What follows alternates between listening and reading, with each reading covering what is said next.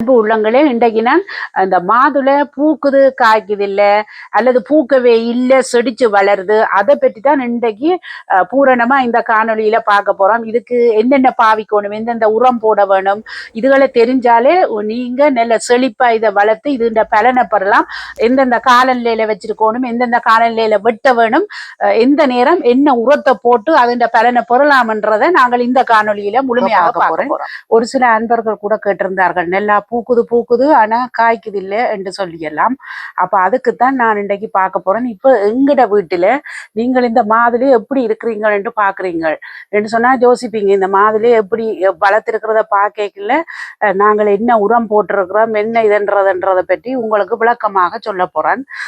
முதல்ல இந்த மரம் நீங்கள் வாங்கி வைக்கல ஒரு எவ்வளவு தூரம் இதுக்கு சூரிய வெளிச்சம் பட வேணும் என்றதை நீங்க கவனிக்க வேணும்.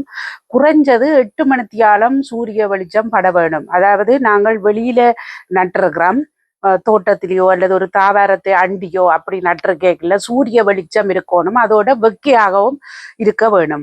அந்த விஷயத்த முதல்ல கவனிக்க வேணும். அதுக்கப்புறம் தண்ணிகள் விடுறத பார்த்தால் அளவுக்கு மிஞ்சி நீந்தி நிற்கிற மாதிரி தண்ணி, நான் கூடுதலா எல்லா விஷயத்துக்கும் சொல்றேன்னா தண்ணியை விடணுமென்று அளவுக்கு அதிகமாக விடக்கூடாது, காய விட்டு விட்டு தண்ணியை விட வேணும்.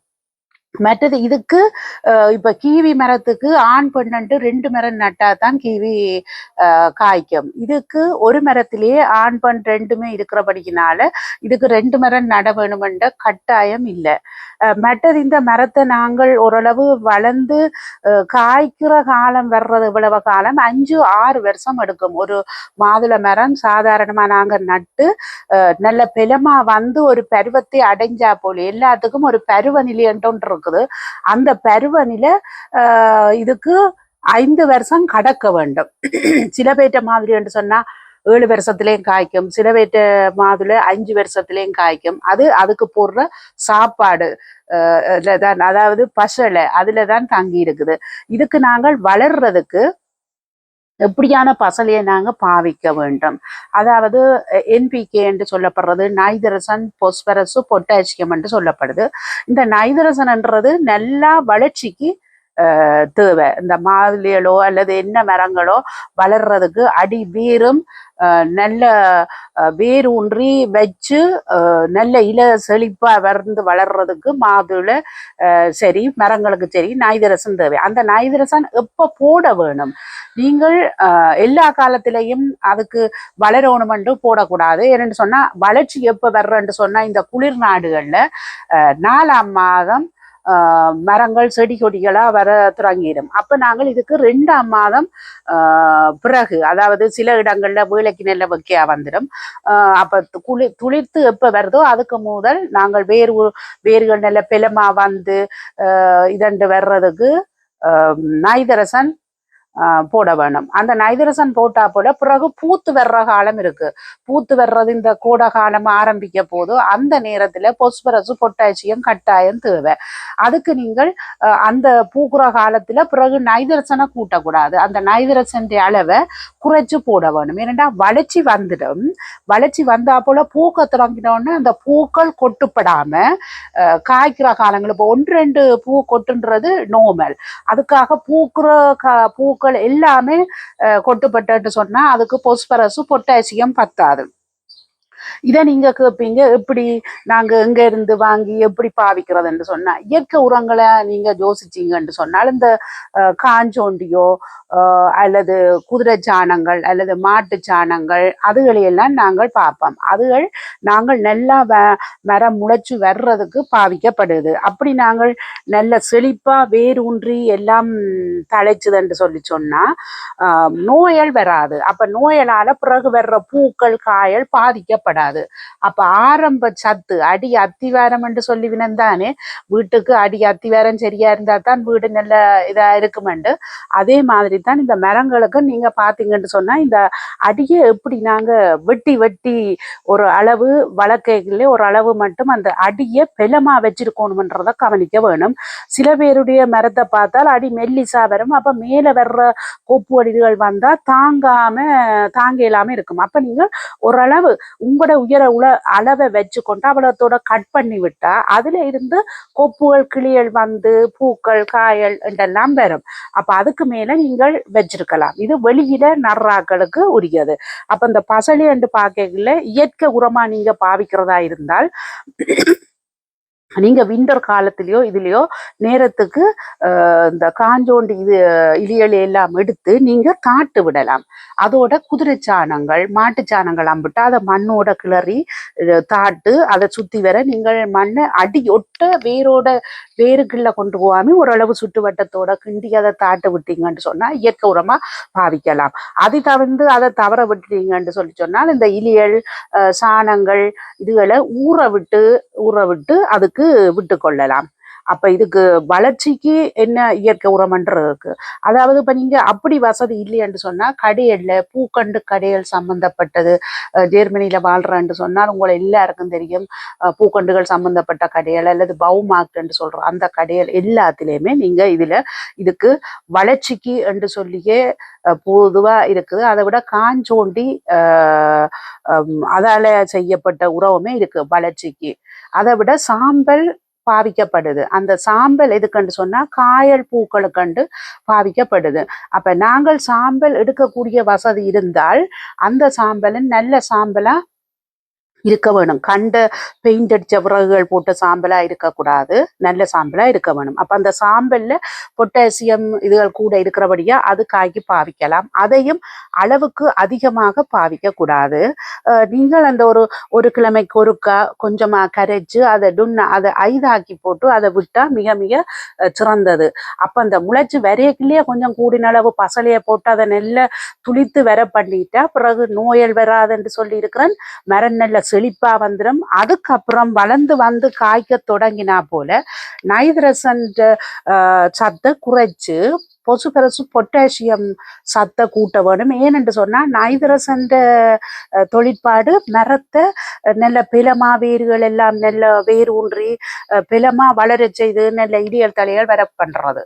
அப்ப அது வந்துட்டுதுன்னு சொன்னா நோய் வாய்ப்படாது. அதுக்கப்புறம் பூக்க காய்க்க வலிக்கிட்டுதுன்னு சொன்னால் பூ வந்துட்டுதுன்னு சொன்னால் அதுக்கப்புறம் அந்த பூ பலமா மரத்துல இருக்கிறதுக்கும் அந்த பூக்கள் விழாம அந்த காய்களை உருவாக்குறதுக்கும் அந்த சத்து கூடுதலா தேவை. அப்ப சத்துகள் இருக்கண்டு போட்டு அளவுக்கு அதிகமா இருந்தாமல் எந்த காலத்துல எந்த சத்துக்களை நீங்க இந்த மாதுளைக்கு கொடுக்கணுமன்றத கவனத்துல வச்சிருக்க வேணும். அப்படி கொடுத்தீங்கன்னு சொன்னாதான் அந்த பருவகாலம் வந்தா போல உரிய நேரத்துல நீங்கள் அதுண்ட பலனை பெறலாம். மற்றது அதுண்ட காய் இதுகள் பலன் ஒரு பக்கம் வர பிறகு எப்ப அந்த சத்து பூக்கு போடைகள்ல நீங்க 4ஆம் மாதம் போடுவீங்க, பிறகு 6ஆம் மாதம் போடுவீங்க. இந்த பூக்கள் வந்த உடனே 5ஆம் மாதம் 6ஆம் மாதம் போடுவீங்க. நான் அது என்னென்ன எங்க வாங்கலாம்ன்ற சத்து இதுகளை நான் இப்ப காட்டுவேன். அதுக்கு முதல் நீங்கள் இதுகளை கவனிங்க. இப்ப நானெல்லாம் ஒவ்வொரு வருஷம் வெட்டைகளை முழுக்க மொட்டையா வெட்டக்கூடாது. ஓரளவு உங்களுக்கு தெரியும் 5 வருஷம் என்று சொல்லி சொன்னால் அது வளர்றது எந்த காலத்துல அது ஓரளவுக்கு வளர்ந்து நல்ல பிலமா வச்சிருக்கணும்ன்றா வெட்டுற காலம் 2ஆம் மாதமா இருக்க வேணும். என்னன்னு சொன்னா தளிர் வரோக்கு முதல் அதை நீங்க ஒரு அளவில் வெட்டி விட்டீங்கன்னு சொன்னாதான் அந்த வெட்டி விட்டதுல இருந்து நிறைய தளிர்கள் கிளிகள் வந்து அதுக்குள்ள வர்ற குருத்துகள் இதுகள்ல மூலம்தான் புறகு கிடைக்கிற சத்துகளால வந்து பூக்கள் வர்றதுக்கு இப்படி வசதியா இருக்கும். இப்ப நாங்க வெட்டி விடைகள் எல்லாம் சில பேர் ஒட்டதையாக உரைச்சு வெட்டினால் இவ்வளவு காயல் வராது. ஓர் அளவில் வெட்ட வேணும். நாங்கள் இப்ப இதுலயே அரைவாசியா கூடுதலா கொஞ்சம் வெட்டி விட்டபடியா அதுக்கு பிறகு இந்த குருத்து வந்தது. அப்ப நாங்க வெட்டி விட்ட காலம் கொஞ்சம் பிந்தி போட்டுது இந்த கரை. அதனால இதுல பூக்கள் இல்லை. இது நேரத்துக்கே வெட்டி விட்டபடியினாலே அதுதான் நான் சொன்னேன் 2ஆம் மாதம் வெட்டி விட்டுற வேணும். அப்புறம் 4ஆம் மாதம் என்றோன்னு துளிர்க்க வெளிக்கிட்டுரும். அந்த காலங்கள்ல நீங்க வெட்டக்கூடாது. அதை நீங்க கவனம் எடுத்தீங்கன்னு சொன்னா சரி. அப்ப அதனால அங்கால பெருசா இல்லை இங்கால எப்படி வந்திருக்குதுன்னு பாருங்க. இப்பவும் வந்து கொண்டிருக்குது. ஒவ்வொரு குறுத்து இங்க வைக்கல இங்க பாருங்க அங்க பூத்து இருக்குது, இங்க குறுத்தா வரைக்கல இப்படி பூக்கள் வந்து கொண்டே இருக்குது எல்லாத்துலயும். இங்க இதுலயும் பாத்தீங்கன்னு சொன்னா இந்த சின்ன எல்லாம் ஒன்று பெருசா இருக்கு ஒன்று சின்ன. இங்க பூ வருது, பூ அரும்போட இது கிடைக்குது. அப்ப இதனுடைய அர்த்தம் என்ன? மற்றது இதுலயும் பாருங்க, இப்ப வருமாண்டு கேட்பீங்க. இங்க பூத்திருக்கிறத விட பூ பிறகும் வந்து கொண்டிருக்கும். இதுக்கு காணக்கூடிய பொஸ்பரஸ் பொட்டாசியம் கிடைக்க வேணும். இதுக்கு நாங்க என்ன செய்கிறோம், வசதி இல்லாத நீங்கள் வாங்கலாம். அது என்னென்னு நான் விவரமா இப்ப உங்களுக்கு இதுல சொல்லுவேன், காட்டுவேன். நாங்க பாவிச்சது குதிரை சாணம் கூடுதலா பாவிச்சோம். மற்றது இப்ப சாம்பலும் சேர்ந்து பாவிச்சோம். ஏனென்று சொன்னால் இப்ப காய்க்கிற நேரம் என்றபடியா சாம்பலை பாவிச்சேன். முதல் சாம்பல் பாவிக்கையில கூடின பசலிகளை தான் போட்டு அதுகளை நிரப்பி பசலி இதண்டு விட்டேன். தனியவா நடைகளை சில வழி அதுல பசலை கவனிக்காம விட்டுருவோமோண்டு அந்த அடியில உள்ளிய நட்டபடியினால உள்ளிக்கு எப்படியும் அந்த குறுகிய காலத்துல நாங்கள் நல்ல சத்துக்களை போடுவோம். 4ஆம் மாதம் எல்லாம் நாங்க உள்ளியது தனியா நீங்கள் பார்த்திருப்பீங்கள். எப்பப்ப அதுக்கு சத்து போடுறோன்ட்டு சொல்லியிருப்பேன். 4ஆம் மாதம் அந்த உள்ளிக்கு நாங்கள் விண்டருக்கு நடுறபடியினால அந்த பசலை போடைக்குள்ளே அந்த சத்துமே அதுக்கு உதவியா இருந்தது. அப்ப அதுக்குமே ஒரு உறுதுணையா அதுக்கு வளர்ச்சியை கூட்டி இருக்குது. இப்ப சிலவளை தனிய நடைக்குள்ள நாங்கள் அதுன்ற கவனம் குறைஞ்சிருக்கும். அதைத்தான் சில நேரங்கள்ல எங்கட மக்கள் அந்த ஊடு பயிரா நடுறதெல்லாம் இருக்கு. ஒண்டை இதண்டு எங்களை அறியாமலே அதுக்கு பசலை கொடுக்கல, மற்றதுக்கு தேவையான அளவை அதை எடுத்துக்கொள்ளும். அப்ப நாங்கள் பார்த்திருக்கிறோம். எங்களுக்கு இப்ப குதிரைச்சாணம் இப்ப கிராமப்புறங்கள் ஓரளவு இருக்கக்கூடிய இடங்கள்ல பண்ணைகள்ல நீங்க குதிரைச்சாணம் அதான் ஒரு அன்பர் கேட்டிருந்தார், அக்கா உங்களுக்கு பண்ணைகள்ல போய் சாணங்கள் எடுக்கலாம் தானே என்று. அந்த அன்பருக்கு உண்மையில நன்றி. என்னன்னு சொன்னா எடுக்கக்கூடியவர்களுக்கு ஓகே. இப்ப நாங்களெல்லாம் அப்படித்தான் எடுக்கிறோம். கால நேரங்கள் கிடைக்கல அதை எடுத்து கூட சேர்த்து வச்சிட வேணும். எல்லா நேரமும் எல்லாம் கிடைக்காது. அதை வரையக்கிலே எடுத்து வச்சு எங்கட தேவையல் வரையக்கிலே அதை நாங்க இது செய்ய வேணும். அப்படி வசதி இல்லாதவை இப்ப சிட்டிகள் வழிய இருக்கிறவ நெருக்கடியா இருக்கிறவைக்கு அந்த இதுகள் இருக்காது. அப்படியானவைக்கு அதை வாங்கலாம். மற்றது அதை விட நாங்கள் அந்த கோழி புறா எச்சங்களும் அது நல்லொரு சாமான என்று சொன்னால், நிலங்கள் குளிர்கள் இல்லாம குளிர் சில வேளை முந்தி பிந்தி வரைக்கல கூடின குளிர் தாக்கம் வரைக்கல அந்த தாக்கம் இருக்காது. அதுவும் நல்ல பசலைய இருக்கும். அதையும் நான் உங்களுக்கு நேரடியா காட்டுறேன். இப்ப இதுல நீங்க பாக்குறது புறா கோழி எச்சங்கள் காய விட்டு எடுத்திருக்கிறோம். இதுவும் நல்ல ஒரு இயற்கையான உரம்தான். இதை நாங்கள் எப்ப பாவிப்போம்னு சொன்னா இப்ப கிடைக்கல எடுத்து வச்சிருக்கிறோம். பயிர்கள் இப்ப உள்ளிகள் எடுத்து போட்டு இப்ப நீங்கள் கோழி அதாவது புறா எச்சங்கள் இந்த இதை காஞ்சபடி எடுத்து வச்சிருக்கிறது பார்த்தீங்க. இதே இதுல நீங்க கடையிலேயும் விற்கிது. இது நாங்கள் டைரக்டா அங்க காஞ்சபடி எடுத்திருந்தோம் அங்க கோழி பண்ணைகள் வச்சிருக்கிற இடங்கள்ல. இது இந்த உள்ளி விளைஞ்ச உடனே 7ஆம் மாதம் எடுத்துட்டா அடுத்த பயிர் நாங்கள் 1 மாதம் ஃப்ரீயா இருக்கும். அதுக்கு நடுறதுக்கு அந்த உரத்தை பாவிக்கிறதுக்காக இப்பவே எடுத்து வச்சிருக்கிறோம். அந்த தரைக்கு அடுத்த பயிர் வரக்கும்னா அதை எல்லா பசலையும் என்னன்னா மண்ணில உள்ள பசலையும் எல்லாம் விடுபட்டுடும். அப்ப அடுத்த பயிர் 1 மாதத்துல வைக்க போறோம். அதுக்கிடையில அந்த பசலையை போட்டு மண்ணை பதப்படுத்தி போட்டு திரும்ப நாங்கள் அதுக்குள்ள வேற பயிர் நடுவோம். அப்ப அந்த நேரம் கூட அதை மாற்றி மாற்றி நாங்கள் நடைக்குள்ளையும் பசலையை போட்டு தயார் பண்ணிக்கலையும் அதன் மூலமே இதுக்கு எங்களுக்கு பசலையே ஆட்டோமேட்டிக்கா போய் கிடைச்சிருக்குது. அதனால இவ்வளவு நல்ல வளர்ந்துருக்குது. இதே நீங்கள் பாக்குறீங்க. மற்றது இன்னொரு ஆக்கள் தொட்டியில இன்னொரு அன்பர் கேட்டிருந்தார், தொட்டியில வச்சு உள்ளுக்க வைக்கல பேன் வருது, வளர்ச்சி பத்தாம இருக்குது, என்ன செய்யண்டா. அப்படி தொட்டியில வச்சு பால்கனியில வைக்கிற நீங்கள் கவனிக்கணும். ஒன்று விண்டருக்கு அது குளிர்படாம அந்த மைனஸ் வெதர் படாம பாதுகாக்க வேணும். அடி வேருக்கு ஒரு பருவம் மட்டும் வரும். அதாவது அந்த பருவநிலை ஒரு 3-4 வருஷம் வரும் மட்டும் அந்த அடியை நீங்கள் விண்டருக்கு ஒரு வைக்கோல் போட்டோ சரியான முறையில பாதுகாக்கணும். மைனஸ் வெதர் தாக்கக்கூடாது. அப்ப அது வளர்ச்சி தேங்கி தேங்கி அப்புறம் லேட்டா தான் காய்க்க வலிக்கிடும். மண்ணில நேரடியா நட்டிங்கன்னு சொன்னா கூடின வளர்ச்சி விளைச்சலை பெற்றுக்கொள்ளலாம்.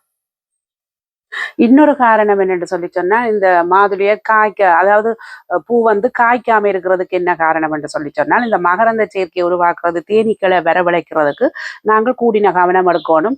இதை சுத்தி என்ன நிறைய பூக்கள் பூக்குறது, பூக்கண்டுகளா இருக்கட்டும், மின்சுகளா இருக்கட்டும், துளசி அப்படியான செவ்வந்திகள் அப்படியானதுகளை கூடுதலா நட்டால் அந்த பூக்கள் மூலம் தேனீக்களை அழைக்கிறதால மகரந்த சேர்க்கை நடக்க இருக்குது. அப்ப அதன் மூலம் நீங்கள் அந்த அது இந்த காய்க்கிறது பூரணமா கீழே விழாம தொடர்ந்து அது நெல்ல பருவநிலை அடைஞ்சு காய்ச்சி முத்துறதுக்கு சந்தர்ப்பம் இருக்கு. அப்ப தேனீக்களை வரவழைக்கிறதும் ஒரு முக்கியமான விஷயம். சூரிய ஒளி மற்றது நல்ல போதுமான, அதாவது சூரிய ஒளி 8 மணித்தியாலம் குறையாம இருக்க வேணும். மற்றது சரியான இடத்துல வெளிச்சம் படுற இடமா அதை நீங்க நட்டிருக்கணும், நாட்டி இருக்க வேணும். நிலம் நல்ல பசல உள்ள மண்ணா அமைய வேணும். மற்றது எந்த காலத்திலே அதை வெட்ட வேணும் சரியான முறையில. நாங்க 2ஆம் மாதம் வெட்ட வேணும், 4ஆம் மாதம் 6ஆம் மாதம் சரியான பசலியல் இட வேணும், 4ஆம் மாதம் வளர்ச்சிக்கும் 6ஆம் மாதம் காய்க்கிறதுக்கு ஏற்ற இதுவும் போட வேணும். 8ஆம் மாதத்துக்கு பிறகு நீங்க பசலை போட தேவையில்லை என்று சொன்னால் அதுக்கப்புறம் கூடாது, போடக்கூடாது. ஏன்னா அதுக்கப்புறம் நீங்க பசல் இலை போட்டா அதுக்கப்புறம் வளர்ச்சியைத்தான் தூண்டுமே ஒழிய இருக்கிற காயல் பெருக்காது. அப்ப இருக்கிற காயல் பெருக்கிறதுக்கு அதுக்கப்புறம் போடுற பசலையை துண்டிச்சு விட்டா இருக்கிற பசலையோட நிக்கிற இது அந்த இருக்கிற காயல் பெருத்து வரும். அப்புறம் அங்கால விண்டர் வந்துடும். நீங்க 8ஆம் மாதம் கழிச்சு பசலை போட்டால் அப்ப அது அந்த விஷயத்தை நீங்க தவித்து கொள்ள வேணும். மற்ற அதே அண்டி எப்படி துளசிகளோ மின்சுகளோ உங்களுக்கு என்னென்ன இதுகள் கிடைக்குதோ அல்லது புதினாவோ அதுகள் எல்லாம் கூடின, மற்றது ரோஸா இதுகள் எல்லாம் கூடின அளவு தேனீக்கள் வரவழைக்கும். அப்ப அதுகளை நட்டிங்கன்னு சொன்னா கூடின உதவியா இருக்கு. அன்பர்களே, இப்ப இந்த காஞ்சோண்டி நேரடியா போய் மரங்கள் கிடைக்காத நீங்கள் இப்படி நீங்க வாங்கலாம். பூக்கண்டு கடையல் பவுமாக்டில் என்று சொல்லி இருந்தேன். இதுக்குள்ள உள்ளுக்க தண்ணியா தான் இருக்கு. படத்தை பாக்குறீங்க தானே, அந்த இந்த பிரனேசுல் எக்ஸ்ட்ராக்ட் இருக்குது. இதுல நீங்கள் எந்த அளவில் எப்படி அதை கலந்து அதுகளை பாவிக்கணும்ன்றது எந்த அளவுகள் என்றெல்லாம் சொல்லப்பட்டிருக்குது. அப்போ நீங்க தாராளமா அதை வாங்கினால் பின்னுக்குள்ள விஷயம் எந்தெந்த பயிருக்கு என்றெல்லாம் இருக்கு பாருங்க. தண்ணிய இதுக்குள்ள இருக்குது. இதனை திறந்து மூடக்கூடிய மாதிரி அமைச்சிருக்குது. இது இயற்கை உரம்தான்.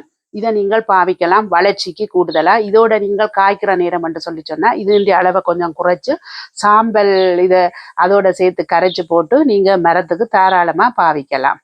மற்றது இதுன்ற விளக்கங்கள் சொன்னது 10ஆண்டு நீங்க யோசிக்க தேவையில்லை. எல்லாமே பின்னுக்கு விவரமா எழுதி இருக்கு.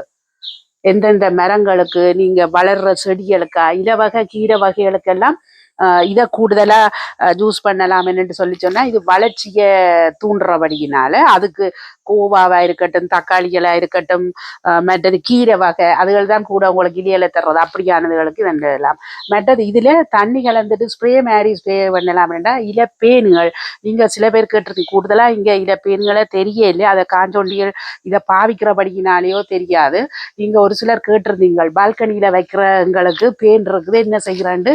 அன்பு உள்ளமே அவர்களுக்கும் இந்த காணொலியை பார்த்தா விளங்கும். இதுல நீங்க ஒரு அளவெடுத்து தண்ணியில கலந்து ஸ்ப்ரே பண்ணி அதை நீங்க அடிச்சிங்கன்னு சொன்னா இலப்பேன்கள் வராது.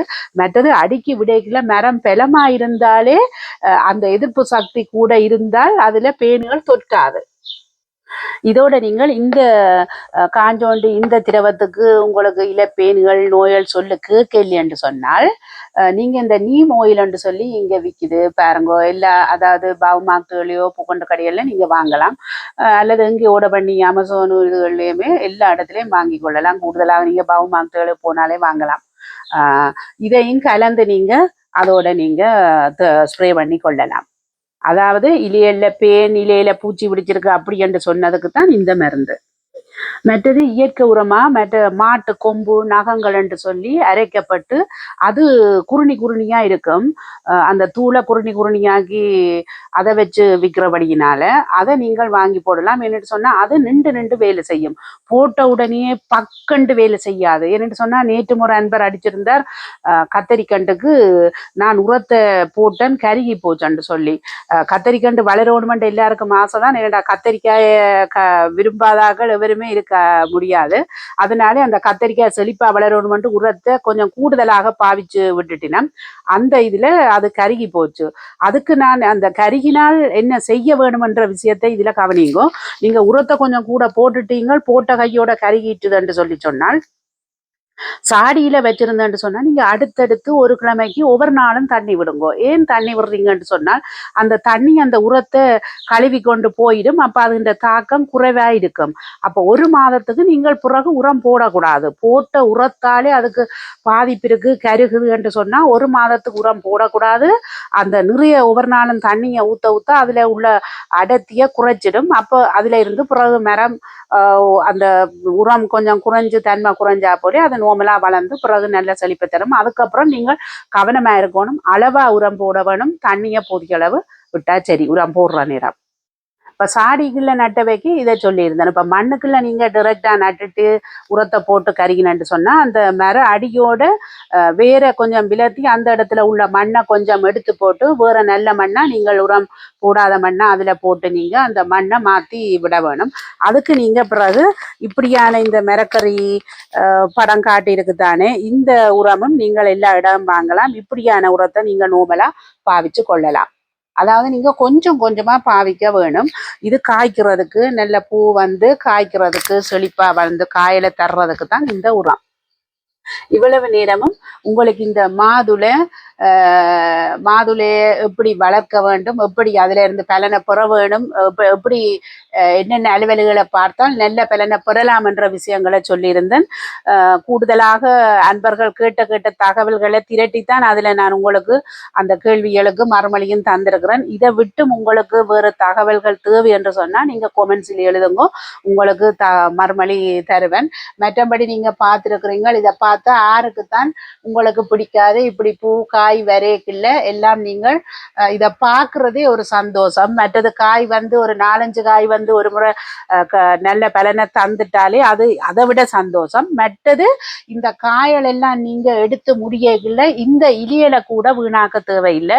இந்த இலியலையுமே எடுத்து நீங்க டீ போடலாம் அல்லது சோற்றுக்குள்ள போடலாம். நீங்க ஒரு சோறு போடல அகத்தியில முருங்கையில போடுவீங்க தானே, அதே மாதிரி இந்த இலியல் இப்ப சில பேருக்கு 4-5 வருஷம் செல்ல இல்லை காய்க்காது பூ வர இல்லை என்று சொன்னவர்கள் அவர்கள் என்ன செய்யலாம் என்று சொன்னா இந்த இலியலை ஒரு சின்ன சின்ன கெட்டு எல்லாம் வெட்டி அதுல உள்ள இலியலை அளவளவா எடுத்து போடுங்க. ஒருமிக்க வெட்டி வச்சிங்கன்னு சொன்னால் அது தண்ணியால் பட்டு கருத்துடும். உடனே வெட்டி உடனே நீங்க சோற்றுக்கு அகத்தியில போடுமா போல போட்டால் நீங்கள் மாதுளம் தோலியே அரைச்சு குடிக்க சொல்லி எல்லாம் நீங்க பார்த்திருப்பீங்க. தமிழ் வைத்தியங்கள்ல அந்த பவுடர்களை கரைச்சு அதை பாவிக்கிற மாதிரி அதுல உள்ள சத்தையும் மிஞ்சி இந்த இலியல் நீங்க போட்டு சேர்க்கல இதுல இருந்து அவ்வளவு சத்து கிடைக்குது. இத்தோட இன்றைக்கு இந்த காணொலியை முடிச்சு கொள்கிறேன் நண்பர்களே. இன்னும் வேறு என்னென்ன கேள்விகள் இருக்கு, என்னென்ன பயிர்கள் செடிகள் கொடிகள் பல மரங்கள் தேவைப்பட்டு உங்களுக்கு கேள்விகள் இருக்கோ எழுதுங்கோ.